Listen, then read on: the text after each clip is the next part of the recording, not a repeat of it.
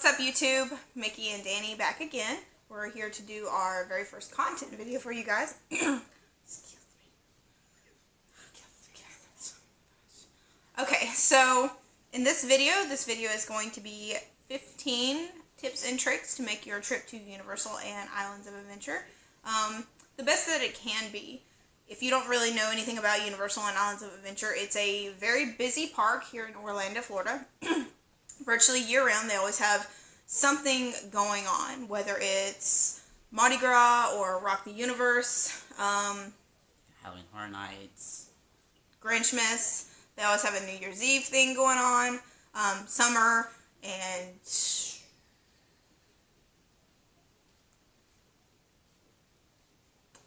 yeah, there's other stuff. I'm drawing a blank. Spring break, that one. Was the one I was trying to figure out. Summer. Yeah. So, what we're trying to do is just give you guys some tips and tricks to get through the park and get the most of your visit, especially if you're only going to be there, you know, that was our cat, I'm sorry. If you're only going to be there for a couple days. So, yeah, here we go.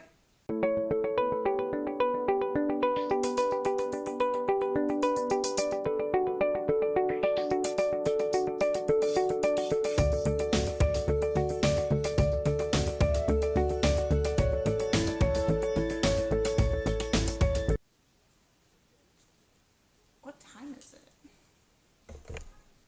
12:57. And there goes the dog because somebody decides honking the horn's a good idea. So we live in a small neighborhood, and everybody likes to double beep their alarms. Especially here in Florida. It's random off topic. When people pull up here in Florida, we've discovered most people get out and knock on your door. Not here in Florida. They'll just sit in your driveway and lay on the horn. Exactly. So our dogs are not a fan of beeping horns because they've come to realize that horn beeping means people. So, anyways, getting back to it. So the 15 tips for making the most of your trip to Universal and Islands of Adventure. So, first up on the list, we have go opposite of the crowd and go to Universal Studios first. Yeah, because most people head to the big roller coasters like Hulk that's in Islands of Adventure. If you go the opposite way towards Universal, you'll meet them eventually. But usually somewhere in the back middle, which is going to be around the Harry Potter section of the parks. But then once you kind of like meet them in the middle, you're going to cross over.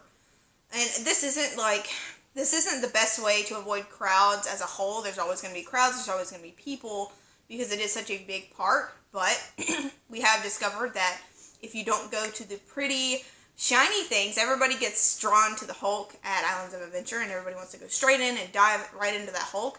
But that's what everybody does, so then you're keeping up with the crowd. You can just about guarantee that once you're off that roller coaster, you're going to be right with that same person. You'll usually see the same people, you know, one or two ahead of you or one or two behind you in line at the next roller coaster or ride. So now, if you want to dive right into a thrill seeker ride, Universal has Rip Ride Rocket, which is a thrill ride. It's the only one over there, but if you want a thrill, as soon as you get there in the morning, go to Rip Ride Rocket. And there's tons of rides for everybody in the park. You know, things for children, things for people that like it a little bit more laid back. There's thrill seeker activities and rides. There's plenty of stuff for everybody at these parks, but, you know, a lot of people do come in and just see the Hulk and want to run right to it because that's the first thing you see, and you can hear it long before you can see it. Not so much now that they did a renovation on the ride. It doesn't really have that signature roar that it used to have, but it's still a great ride to start, especially if you're like a thrill seeker and you want to dive right in. For those of you who, Danny's not a fan of roller coasters. For those of you who like something a little bit more mild, there's definitely plenty of options to start in both Islands of Adventure and Universal Studios. But yeah, so try to go the opposite. Sorry, I'm like messing with my hair. I feel like it looks really poofy on this side, but I can't really figure out what's going on with it. So the next tip we have is to take advantage of the free lockers at the rides. So majority of the rides at Universal, you don't want to take loose articles on the ride. It's going to be virtually impossible to get things back, especially if they land in the nets. You And won't get them back. what he said. So most of the rides have a free locker if you cannot, absolutely cannot take things on the ride. So just remember that when you walk up and the sign says, hey, stow your stuff in the locker, stow your stuff in the locker. Don't think for 1 second that you're going to be able to bypass this, because Universal is very strict, and we have stood in line and seen people, ahead of us with purses or bags or whatever that didn't stow them in the locker, and then we get up to the ride after a busy day of like waiting in line for like an hour, and then they can't take their stuff on the ride. They get turned away and sent all the way back to the lockers, so they have to wait again. So definitely when it says don't take your stuff, take advantage of the free lockers. So free lockers are available at Rip Ride Rocket, the Hulk, Forbidden Journey, and Harry Potter. Gringotts, also in Harry Potter, and Men in Black and the Mummy. So those are the rides that we have ridden that we specifically know that there's free lockers, and you cannot take items onto the ride. And they will turn you away if you have a bag. Now, if you get on the Hulk, you go through a metal detector, so they will detect if you have something on you. And they will turn you away and tell you to go and use a free locker. They will not let you go through. It's one of the good things about like the Hulk and Rip Ride Rocket is... Well, I never rode Rip Ride Rocket, so... True. Is they don't let you get all the way to the front of the line before they let you know that you can't take these items on. They do turn you away right at the metal detectors, so you're not going to waste a whole bunch of time.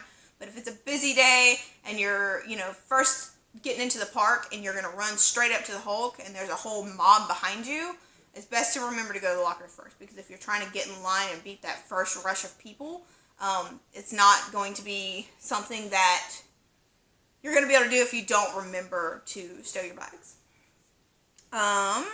So there's a couple water rides there.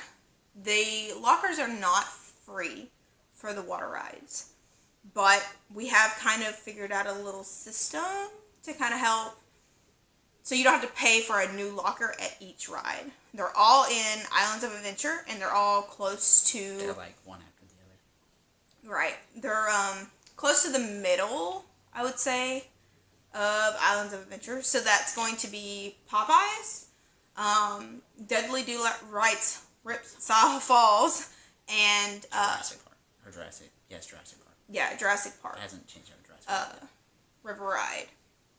So what we normally like to do is we like to bypass Popeyes and go straight to Dudley Do Right's. We like to stow our items in a Dudley Do Right's locker, and then we just go straight up to Jurassic Park, and we'll ride Jurassic Park, come down, hit Dudley Do Right's, and then go down and hit Popeyes. Now, you don't get incredibly drenched on Jurassic Park. It just kind of happens to be the placement of where you're sitting. But for Dudley Do Right's, you can just about guarantee that your butt is going to get wet. Because just the way the logs are shaped, when the water comes up, it just goes right up and over into where you're sitting. And then Popeyes... No hope. Yeah, guys, there's no way around it. You are not even in frame. Yeah, I'm half of my head. I got a big head. Okay. So yeah, with Popeyes, you're going to get drenched. And don't let anyone try to tell you differently. I think I've seen There's like flukes where some people get off. Like 1 in 100 people that were relatively dry just because the way the ride moved. They just got incredibly lucky, but we have ridden this ride time and time again, and yes, there's no way to avoid getting absolutely drenched on this ride. So Popeyes does have like a center, like cubby thing where you can stow your bags and then pull this piece of, I guess, like heavy plastic almost. Yeah, it kind of goes like not really clips, kind of like snug around it. It's supposed to keep out water, but... So you don't have to pay for lockers if you don't, if you're on a really, really tight budget and you just don't want to do it, or you don't want to have to go all the way up, go down to Popeyes and then walk back. But in the grand scheme of things, it's really not a long walk. It's, I would say, probably an eighth of a mile. If that. From top to bottom. Yeah, I mean, it's just a few blocks. So if you didn't bring anything to put your cell phones in, or you have money and cards that you don't want to get wet, then souvenirs, absolutely, I would stow them in the free lockers. And the lockers are not massive. They're, Small. you can't even really tell with the way I'm holding my hand up. I don't feel like you really understand that. So pretty much a standard, like, book bag. You can get wedged in there pretty good. Well, I can. With souvenirs and all. With some finagling, you can get things to fit. But if you have a bunch of stuff, don't feel like it's going to fit easily. But if you work at it, you can definitely get it in there. Okay, so number 3. We have packed snacks. Free water is allowed in the park. So, In the summer. I think you can get it year-round, actually. I don't know. I never asked. Sorry guys, I'm just tired of fighting with my hair. Okay, so used to Universal, when you would go up, they would put you in a line, and each security guard that was there, would stand out, and you could, branch off into different lines. But they would open your bag, and they would check your bag. They would kind of like poke around in it, and if they found stuff that you couldn't have in the park, like food and drinks and things like that, they would make you throw them away. Now, since we had kind of a little scare in Orlando several years back, they pretty much went to metal detectors, and almost like what you'd see at the airport. It's like an x-ray box where they send your stuff through, and then they're able to look at it that way. So we've actually discovered at this point that we can now bring snacks and drinks and stuff into the park. So, I mean, I wouldn't pack like a whole picnic lunch. I wouldn't go insane with it, but we've... A bag of chips or a bag of apples for people that want to eat healthy. Water. We haven't really tried anything else but water. So Yeah. don't hold us to that. I mean, I don't know that I'd really pack a 20-ounce bottle of soda, because, I mean, if you're walking around and shoving it in and out of lockers, it's liable to get kind of shaken up. Flat. Spill everywhere. No. So you don't want that. But yeah, I mean, if you have kids, and your kids, like teenage boys, are always hungry, this is a good way to save some money in the park, because I will say the park is like any other park. The food is going to be expensive. It's not going to break your bank, but I would say, like, when we go, we're pretty standard middle-class people, and we will only eat lunch in the park, and that usually, between the pair of us, will cost around $30, just because we'll get a full meal, like a burger and fries. I consider that a full meal, but, Chicken tenders. Chicken tenders and fries. I know. I love my chicken tenders. Take you to a nice dinner. I want chicken tenders. This is not what that video is about. We're not judging my love of chicken tenders. Anyways, and like a drink. So, if we each got a drink and we each got like a burger and fries, usually it's going to cost you in the neighborhood of $28, $30. So, yeah, definitely pack snacks. Universal offers free water in the park. So just walk up to any concession stand and be like, hey, can I get a free cup of water? Or, hey, can I get a cup of water? And they will give you a cup. I mean, it's not massive if you've ever been to like a hotel and they have the plastic cups for like teas or drinks or like water to brush your teeth. So they're like that size, but it's free. So I think a standard bottle in the water park is going to cost you like $3. They said it's more than $3. Oh, okay, well. Depending where Survey you go. says Depending on where you go. it's going to cost you. So just remember that, little things like that add up, and especially during the warm months, because we don't have a spring here. We're in the dead of winter, and it's probably 80 degrees outside right now. So we don't have a spring. We really don't get a fall. So it's going to be, 80 plus degrees, probably at least 3/4 of the year. When it's cold here, it is cold. So just remember that, they have water. Drink your water, stay hydrated. Okay, so number 4, guest services. Anytime you go, especially if you're celebrating a birthday or an anniversary or graduation, if you have or honeymoon, yes. If you have time, go hit up guest services.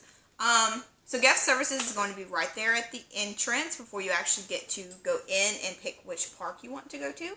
So yeah, and this is going to be places where you can pick up fast passes, you can debate issues that you might have with like your billing or like your annual pass. So anyways, guest services is going to be at the front somewhere. We've never really gone to guest services. The last time we did anything for an anniversary, we just went to one of the guys selling fast passes, and that's what we did. So they'll give you a little tag, and the tag will say, hey, I'm celebrating whatever, and you wear the tag. For us, it was, I think, our 3-year anniversary, and it said, congratulations, celebrating 3-year anniversary. So what this enables you is sometimes, when you go to guest services and you get these, or you go to like the people standing just randomly placed throughout the park that are selling fast passes, you can get free things. So guest services particularly is the only one who will give you like free fast passes. But it's worth a shot. Remember to be friendly, polite, you're happy to be there. Don't get frustrated if they don't give you a free pass. These things cost a good bit of money, especially on really busy days. So just work with them. I think they're only allowed to give out so many a year, and you never know. Maybe they gave out 10 already that day. And they just couldn't give out anymore. But also when you have that, if you're going to like little shows and stuff, a lot of times they'll look for those badges first, and they want to bring you up and make you part of the show and get you involved. There's restaurants that'll give you free stuff, and it just helps kind of make the day a little better. Yeah, we've noticed that all the team members will actually pay attention to you as you're going through the line. If they see a button, they'll say happy birthday or congratulations, and they'll say, oh, why don't you come this way, we'll put you up front. You get stuff. I mean, and it's nice. I'm not going to say it's 10 out of 10, but, a lot of times you get stuff, and it's nice to be noticed, especially if it's like you're graduating your master's program, or you're graduating high school, or it's your birthday, or, you just got married and you're on your honeymoon. So, yeah. Bear with them. They like to do things for people, and just don't get frustrated if it's not that. I know one time we did go, my fiance and I here, this one, have an annual pass, and the pass that we got allowed us to have fast pass essentially after 4 p.m., and we were taking my friend for her birthday, and we both had fast passes. We went and got her a button, and we just went to the fast pass line, and we were like, hey, we're taking my friend, it's her 21st birthday, and it was her 21st birthday. Yeah. And we have fast passes now, since it's after 4 o'clock, and we don't want to leave her in line. Exactly. Can you just, what can you do for us? And literally every single ride we went to, and it was kind of a little time consuming to, say the same thing to every ride we went to. But it was kind of worth it. But it was, it was a busy time in the park. It was a busy day, and, it enabled us to get through the lines. These people are awesome. They're fast. They're efficient. They're friendly. So, just work with them and, just do stuff. Don't take a whole group of people up to the Fast Pass line and be like, hey, we didn't pay for Fast Passes, but it's one person in our group of 10's birthday. Can we just go? That's a little different. Yeah, work with them, and they'll work with you. Okay, so, number 5. Plan your lunch, people. Plan your lunch either earlier or later than the standard lunch time. So if you get in the park and you're thinking, oh, we'll take lunch at 12 or 1 o'clock or 11:30, don't do that. I would say the earliest would be maybe like 11, and the latest would probably be around 2 or 2:30. So essentially, what happens is around those times, everybody seems to want to go to lunch, and every place is busy, and you're going to spend at least an hour trying to get food. During that time, instead of standing in line for food, if you got snacks in your bag, just snack on that a little bit, and we advise you to go ride rides. While everybody else is eating, go ride rides, because most of the time, the wait times go dramatically down. So next up, number 6, Nocturne Alley, y'all. It's in Diagon Alley, which is the other part of the Wizarding World, which is in Universal. Hogsmeade is in Islands of Adventure, which has everything in Hogsmeade. Nocturne Alley is hidden, as y'all all know if y'all are Harry Potter fans. When you're going towards Escape from Gringotts, you'll take a left where all the bathrooms, you'll see the bathrooms. Just keep going straight, and it'll keep going around. You won't hit a dead end. It's hidden, it's dark, there's 3 shops in there? 1 shop? There's shops back there. If you do the wands, there's stuff, the interacting stuff you can do with wands back there. We missed it several times when we went, and then we accidentally found it. Yeah, we definitely found it by accident. I think we were trying to find a bypass around a crowd to get out. And yeah, we just kind of stumbled across it. And the store back there is really cool. Kind of like creepy stuff and just a lot of fun things to look at and see. And yeah, it's totally off the beaten path. You're not going to find a sign for it. You're not going to find anybody directing you to it. So definitely... Yeah, it's not on the map. Follow those directions. Yeah, it's not. Actually, you're right. But yeah, it's definitely a shop worth going to. Yeah, if you're a Slytherin. This one here is a Gryffindor. Okay, so... my favorite, valet parking. You seem glamorous. So pretty. Am I pretty? Of course you are. So, valet parking, y'all. Alright. So when you get up to the gate, when you first initially come in, there of course is standard parking. There is standard parking and then there's preferred parking. Standard parking is $20. Preferred parking is $30. If you want to valet, if you can spring for it, if you want to kind of splurge a little bit, this is a great way to save yourself time. They don't tell you this, that's why we're here. It's an awesome way to save yourself time. So, it's $40 to valet park, and I know that sounds steep, but it just depends on how much time you want to save getting through security, how much time you want to save walking. Oh my gosh. From the parking garage where you park to the point where you actually get in the park. That depends on where you park at in the parking garage. If you're like us and always get back parking. Whose fault is that? Why is that my fault? I don't know. Anyways, even from the front of the parking garage, if you're like normal people, which is vast majority, you've got probably like, if you want to call it 4 sections, the front 1/4 of people are not going to be that far. But it's a gamble. If you're a gambling person, it's for you. It's not for us. So yeah, from the time you park to the time you get in, I would say that's a good 1.5 miles to 2 miles just walking from the parking garage to the point where you actually get in the park. So you're hoofing it before you even get your day started. So the thing about valet is when you valet your vehicle, for when you don't have to worry about finding a place to park, you don't have to worry about those people waving those dang things in your face. Park here. No offense to those guys. They're great. But a lot of times they really treat you like you have never driven in your life. And you never lived until you saw them. You didn't know how to drive. No offense, guys, but still. Come on. We've been driving for years. We got this. I don't know, some of us haven't. I'm just saying. We have. Don't know about you guys, but we have. So, yeah, so valet, once you get there, they're going to park your car for you. You're going to pay them when you leave. You don't pay them when you get there. So if you're going to do, some Cheetos selling in the park, hey, I got some snacks for $2. You might make that money back. Get those snacks. Hey, you don't know. I mean, Who wants to spend $6 on a bag of Doritos? You're like, hey, half price.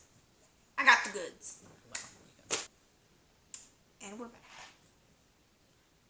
With valet, you can valet both the person that you give your keys to and the person that brings you your car.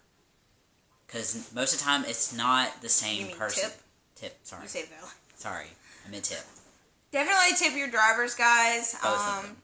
Yeah. Obviously, if you've ever valeted at all, you know that the person who takes your car to park it is not going to necessarily be the same person who you get it back from.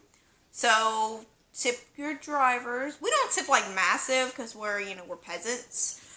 We're lowly, middle, working class individuals. But we're good for $2 or $3. I mean, But you gotta think, this is a lot of people going in and out of valet, so they kind of that money adds up. Most definitely, that money adds up. Right. Anyways, so yeah, but once you valet your vehicle, you go straight to security. Like, they have their own little personal security right there. So you can walk through the metal detector, they're going to send your bag through, and then you go right up an escalator. I want to say elevator, but it's an escalator. And then you hang a right, and you're right there. I'm pretty sure they do have elevators for people that can't go up. Of course, Universal is very handicap-friendly, elderly-friendly, people with children and strollers.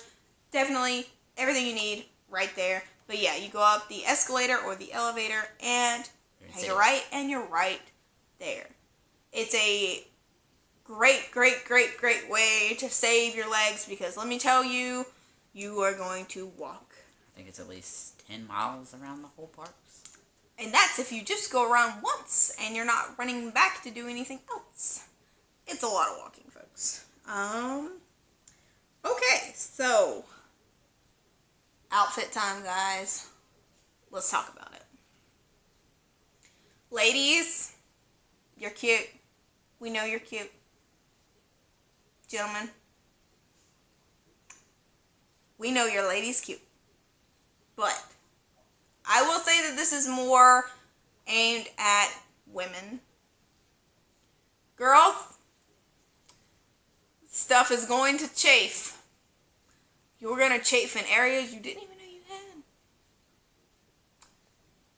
Wear comfortable clothing. You might start out looking like a Miami man's dream in those shorty shorts and that tube top. But let me tell you, when you are chafing in every crevice below the navel, and you are sunburnt to the point of being crispy, to the point where somebody looks at you and you're like, ah, it burns. Ah. Okay. Wear sensible clothing, guys. Wear sensible shoes. Everybody, I don't understand why people wear flip-flops to a theme park. There's people going to step on your feet. You're going to touch stuff that you didn't even know what it was. You don't want to have that on your toes, okay? That cute little manicure you got going on, cute little pedicure you got going on. So, keep the shoes sensible, guys. Tennis shoes. Nice, comfy tennis shoes. I would definitely say comfy tennis shoes.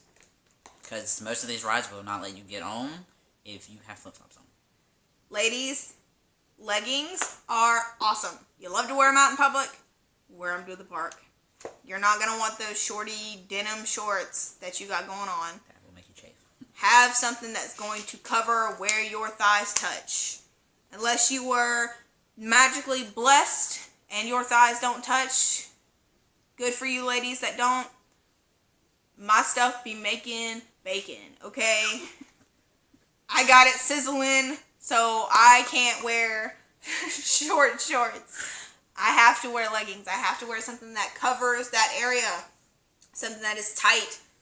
Tight on the booty, okay? Everything where two sets of skin might touch or rub, put some cloth on it. You see that? Cloth. Okay, so. As for the guys, compression shorts. Holds everything in. No chafing. You don't want that TikTok on the berries, you know. Yeah. If the skin rubs, it can chafe. After you've sweat and you've walked and you're dead, it's so funny to watch these girls go into the park.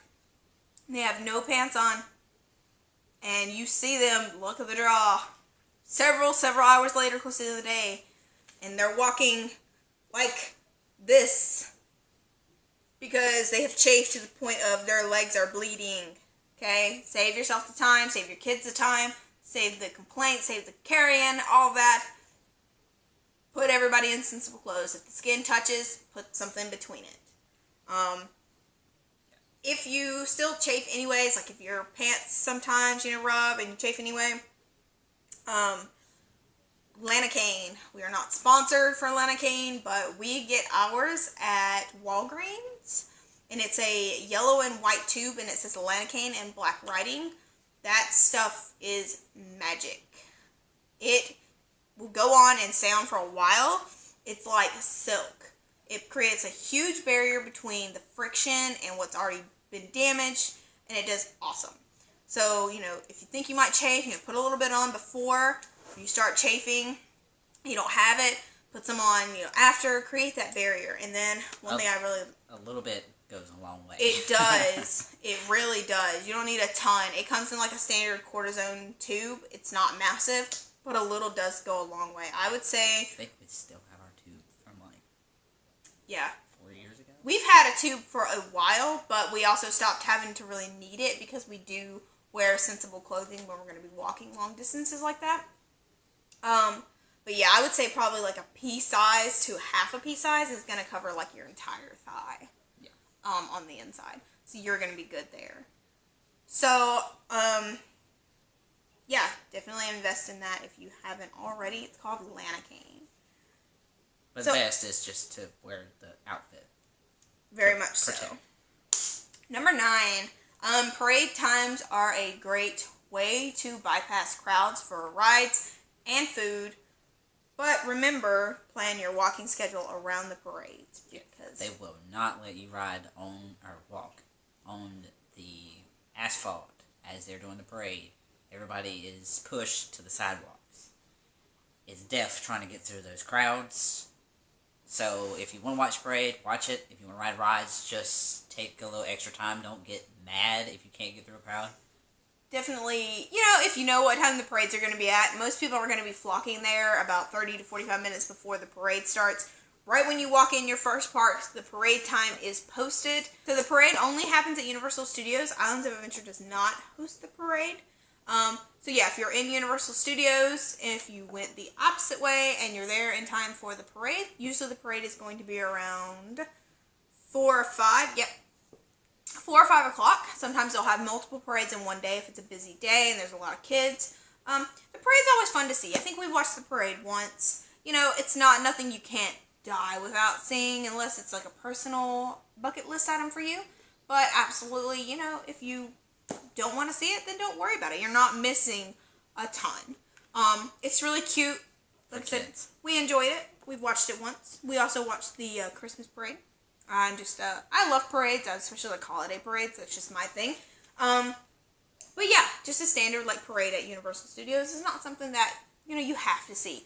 But if hey, the parade's at 5 and it's in Universal Studios and I really want to ride Rip Ride Rocket, but it had a 2-hour wait into the parade. A lot of people are going to be making their way to the parade, and then you can just slide on in line and cut maybe half an hour, 45 minutes off your wait time. So yeah, it's a great words, Mickey, words. It's a great way to cut off time for your waits. Okay, so in the evening, both parks, Universal Studios and Islands of Adventure, has a nighttime light show. So I don't really know anything about the Harry Potter one. Do you? No, we haven't seen it. So we haven't seen the Harry Potter one. We've just seen like pictures of it, but it's the closing time of the park. So if the park closes at 8, it's going to be at 8. If the park closes at 10, it's going to be at 10. So closing time of the park, there is a light show. And for Islands of Adventure, it's in Hogwarts. and it's going to be right there with the castle. And it's just pretty much a big, beautiful light firework display of thank you for being here kind of thing. And then the Universal Studio ones is called the Cinematic Celebration, and we watched it once, and I have to say, wow. I was blown away by it. But they recently redone it too. They have now where you can actually sit on the other side of the lake and watch it too. But we saw, like I said, the old one, but I can't imagine they downgraded or backslid from the first one. But it was absolutely beautiful. It was absolutely magical. They did things that I didn't even know was possible. It was just a fantastic cap to a long day at the park. We had a great time. It was absolutely stunning, and we really, really enjoyed watching it. So definitely, like I said, if the park closes at 8, it's going to be at 8. If it closes at 10, it's going to be at 10. Make your way over there if you can, half an hour or so before, because a lot of people are just kind of like, they don't really pay attention to the evening light shows, so they don't really know they're going to happen. So they just kind of keep walking, and if you know it's going to happen and you can get there, you can get a really good spot. I can't say that I really think there's a bad seat in the house, though, because it's always up where you can really see what's happening. So yeah, just if you want to cap it off or you want something, just a magical evening, Universal is not Disney, but in my opinion, it's better. With Islands and Universal, Islands closes before Universal, so you will be able to catch both shows if you want to. Well, we can't swear to that. Sometimes one closes before the other, but I really feel like sometimes they close at the same time. But that brings us to our next one, number 11. Download the app, people. Danny here is our navigator and our chief apper. So he will tell you more about the app because I don't know. Alright, so when you downloaded it, if you have Apple or if you have Android, when you download the app, it looks like, just type in, it's the traditional Universal Orlando Resort official app. There's another one that pops up too, that's for the one in Cali. On this app, it basically shows you every wait time that is there. It shows you a map of the theme parks.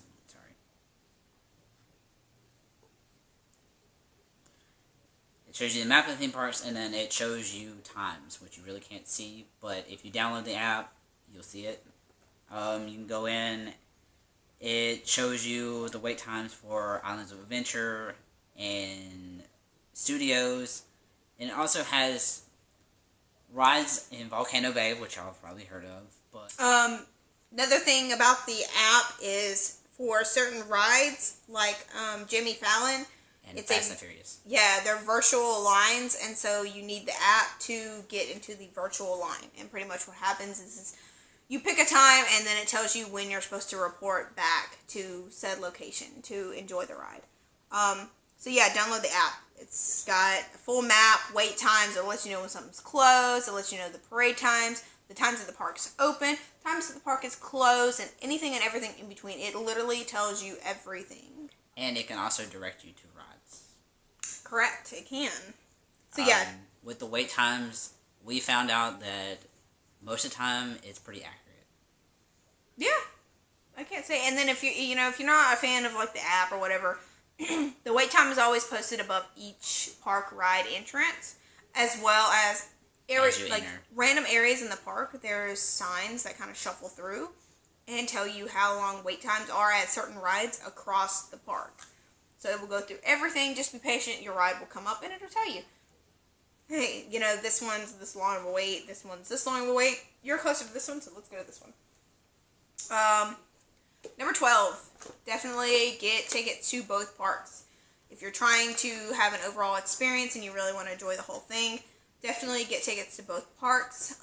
Harry Potter, I'm not a crazy Harry Potter fan. I'm not a huge Harry Potter fan like this one here. Seen movies, yeah, but this one knows everything in and out, backwards and forwards. It can tell you more about which train location and which direction it goes, because you need both parks to ride the train. Yes. If you go the way that we suggest, going opposite of people, you will be leaving from Diagon Alley and going to Hogsmeade. If you go the opposite way, the train is going to be going backwards, so it's going to be playing stuff that's in the train backwards. It's best to get the full experience going forward. I think it's a different experience each way, isn't it? No, it's the same thing, it's just That backwards. was me. I'm sorry. The dog kicked it, and then I kicked it, tried to correct it, and I made it worse. Okay. We're back. Yeah, it's... If you want to experience it right, go from Diagon Alley to Hogsmeade. Yep, that would be it. Okie dokie. Okay, guys. This is the part where I get to probably make an ass of myself. But we're going to cover it anyways because some people are concerned about it. Number 13. If you are of larger stature, even such as myself, I have some junk in the trunk. I got some meat on the bones. There is seating available on rides. Do not feel like you cannot have fun and partake in these rides. Don't feel like you have to go on like a crazy, crash diet or anything, thinking that you're going to be embarrassed, you're not going to fit, you're not going to enjoy yourself. Guys, gals, you're perfect the way you are, and Universal knows this, so they have put in special seating to accommodate everybody, including people of larger stature, again, such as myself. They're at specific sections, I think, like seat 3 and seat 5. They're kind of like rows, so it's like a whole row. So you don't have to be separated from your group. So if you go to like the Hulk, I think it's like section 3. And each car has a section. So if you'd rather be in the front cart, they have the section. If you're going in the back cart, they have the section. They have definitely accommodated everyone so everyone can enjoy it regardless of size and shape. So don't feel embarrassed. Don't not go and enjoy yourself because you're concerned about that. You don't even have to don't feel like you have to get a separate line. So you just go straight up. The people, you don't get to pick your seat. 99% of the rides at Universal Studios, you do not get to pick your seat. When you get up to the ride attendant, you might be like, hey, I prefer to sit in the front. Is that okay? And like I said, they're nice. They're friendly. They're going to accommodate you the best way they can. The only ride that you can pick your seat is the Hulk because they have the front row. But yeah, so you just go straight up. The ride attendant, asks you how many is in your group. They're not going to be like, hey, I need to send you to this. No, they're not. They don't do that. That's not the kind of people we are. That's not the kind of people they are. They just don't do that. They're just going to send you to the row that they feel like is going to accommodate you and your party. They don't say anything. You don't have to feel embarrassed. You don't have to feel like pulled out, thrown under the bus, anything. Nothing is said. No, they just send you to a section of seats. Occasionally, we have seen people not be able to participate in the ride. But this is a very rare and seldom thing because Universal has definitely went above and beyond to accommodate everybody at the park. So yeah, definitely go and enjoy it. Don't feel like you can't. So yeah, next. The Freestyle Cups, guys. So with the Freestyle Cups, once you buy them, there's like certain locations. I'll have to figure out what locations they're at. Most of it, when you get them and you activate them, you can go to any freestyle machine and fill up the cup. You have to wait a designated time to refill it. But it's definitely worth, I think, we have a pass holder one that charges us $6 to recharge it. So essentially what's happening is, like, if you're going there and you're just there for the weekend and you're not going to be saying you don't have a pass, you go, it'll be like, oh, hey, do you want to buy the Freestyle Cup? They're kind of expensive off the top. I want to say they're like $15 or something. But they're worth it. But after that, every drink you get for the rest of the day is free. So, like you said, there's a designated time. I forget how long it is, but if you mess up and you're like, oh man, I wanted Diet Coke and I got Coke, and you're like diabetic or whatever, and you just can't have it, let them know and they can reset it for you. But generally speaking, the set time is really reasonable. I think it's like every 30 minutes. Yeah, between a full. So if you fill it up, you're good. You're good. Like, you're not going to be like, oh, you can only refill it once every 5 hours. So definitely look into getting the cups, especially if you're there with like a family. You know, get the freestyle cup. Everybody can share. You're not spending a fortune on drinks. Because like I said, the free water is there, but if you can refill the cup, they've got Powerade. They got the Coke Freestyle machine. So if you've seen them at Wendy's or Zaxby's, pretty much anything and everything you can think of. And if you're there for like the next day, you can recharge them so you don't have to spend the same amount. It's like a discounted price because you've already bought it once. So you come back the next day. For us as pass holders, we bought the cup. We refill throughout the day. The next time we go, we take it to the freestyle machine. It reads the chip. We pay, or no, we don't take it to the freestyle machine. We take it to a person near the freestyle machine. They're able to bring us up and charge us the $6 for the new set to recharge it. Right. So I have the cup. Ours is a pass holder cup. It has freestyle on the back of it. On the bottom of it, there's this thing. Yeah. If the cup doesn't have it, you are gonna have to pay for refills. Most of the freestyle cups actually have this thing on the bottom. This is what recharges your drink or your cup. When you go in to any freestyle machine, when you sit it down, it reads it, and then you fill it up. If you try to, say you spill it, of course you can go back to the people that's at the freestyle machine. But you cannot stick it back on the machine and try to refill your drink. It won't let you. You have to go to an attendant to get it redone. I personally go to the freestyle machine that's by Men in Black because they just built it. It's got plenty of machines. And we went in there a few times and the Coke machine was out. We told them, they reset the cup, and we got another drink.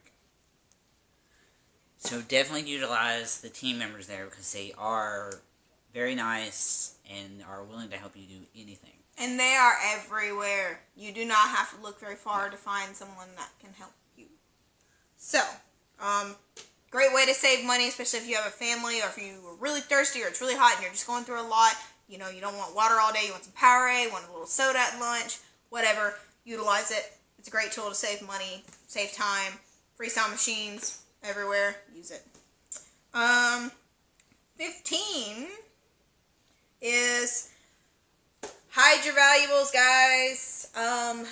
People don't steal at Universal, but there's bad people everywhere. We've not ever had any instances, but when you're walking through a busy park, especially in like the more crowded areas like Hogsmeade and Diagon Alley and that area, you are back to back and someone touching your bag or like running into your bag is not uncommon. It's not uncommon at all. It's gonna happen.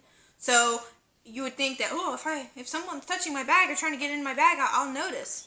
No. Not necessarily, especially when the park gets really busy. So if you have a book bag that has like a zipper pocket on the inside, definitely hide your valuables, everything in there really well. Same thing in your car. Security kind of wheels around a little bit, but it's such a large parking garage that there's going to be no way that they're going to be able to make sure everything is safe in everybody's vehicle. It's kind of a common sense tip, but use it, guys. You got this. So just hide everything. Don't keep your cell phones and stuff in your pockets. Some rides you think you might have really skin tight jeans or whatever, or think it's not going to go anywhere. I have personally lost my cell phone on the flight of the Hippogriff. Luckily, I went right back and I was able to get it. However, I will say, getting your phone back is a task. They want to make sure that it gets back in the right hands, but yeah, you have to know the passcode, and they have to see that there's pictures of you on there. Yeah, it's really odd, and if someone's busy that has your phone, like, you have to wait, and yeah, just prevent loss and theft by putting everything just in your bag. What we do is put everything in the bag, and if we stop to get lunch or a drink, or maybe we're just chilling in line, it was one of those rides that we can have our stuff, we might have it out, whatever. So Other than that, enjoy yourself at the park. I mean, don't have your kids with their phones in their hands. Put them in the bag. Put them in the bag. You don't need them. Leave them in the car. Number 16, crowd calendar, guys. There's a really good crowd calendar app that'll help you figure out, let me see your phone. I'll just use yours. When is the best time to go? This is the most accurate crowd calendar I have ever found. Okay, so to the crowd calendar, I love OrlandoInformer.com. These guys are awesome. It is a free crowd calendar because there is a couple, I'm not going to disclose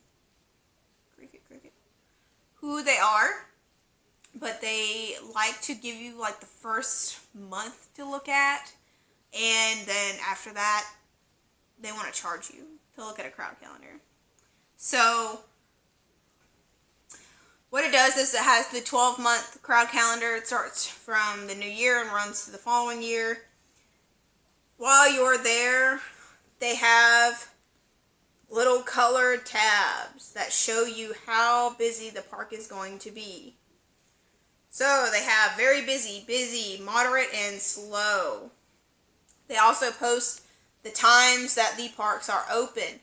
This only covers Universal and Islands of Adventure as well as Volcano Bay. The other ones tend to cover the Disney parks as well as SeaWorld and Universal Studios.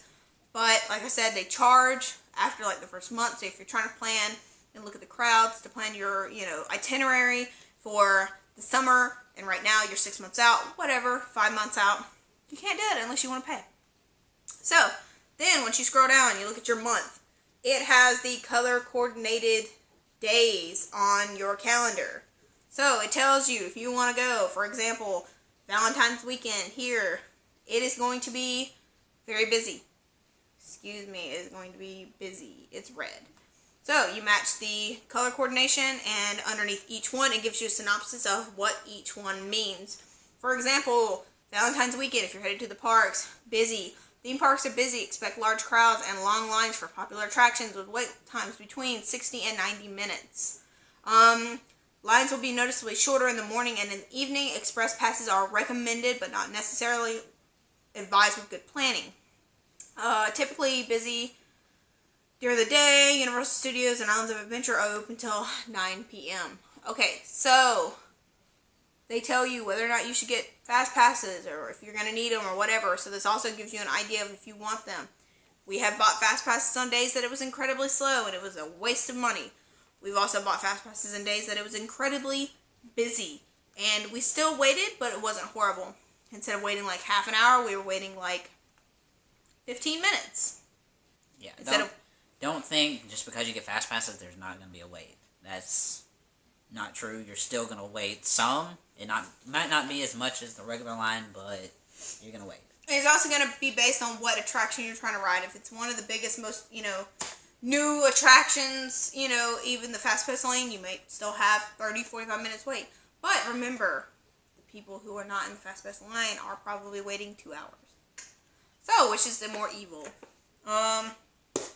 Last but not least, just have fun, guys. Make memories with your family. For some of you, this is a once-in-a-lifetime trip. This is a trip that you'll only be able to take with your child, once. Maybe this is the last trip you're taking before they graduate high school and go to college. Maybe you're just getting started. But Universal has been a big staple in our relationship and in our life now that we've moved here to Florida. I gotta say that's probably one of the best things about Florida for us, since we are from the mountains. We're not crazy about the state. So just go and enjoy yourselves and remember that, you're there to have a good time. It's gonna be hot, it's gonna be crowded, but just have fun. Take your time. Have fun. Definitely take your time. I mean, you're gonna get through the park. Do the little things, Stop every hour and get a drink and enjoy, a little buzz flying through the park. Just enjoy yourself. Take pictures with your family, take pictures with your kids, let your kids do the interactive things in Harry Potter with the wands. Just enjoy yourselves and make memories. That's the number one. So that's it for the video. It was a little longer than we expected it to be, but we really want to just go in depth with you guys and let you know out backward and forth what there is to what there is to know about the parks, because we know when we first started, these are tips and tricks that we've kind of had to come up with over time. And true.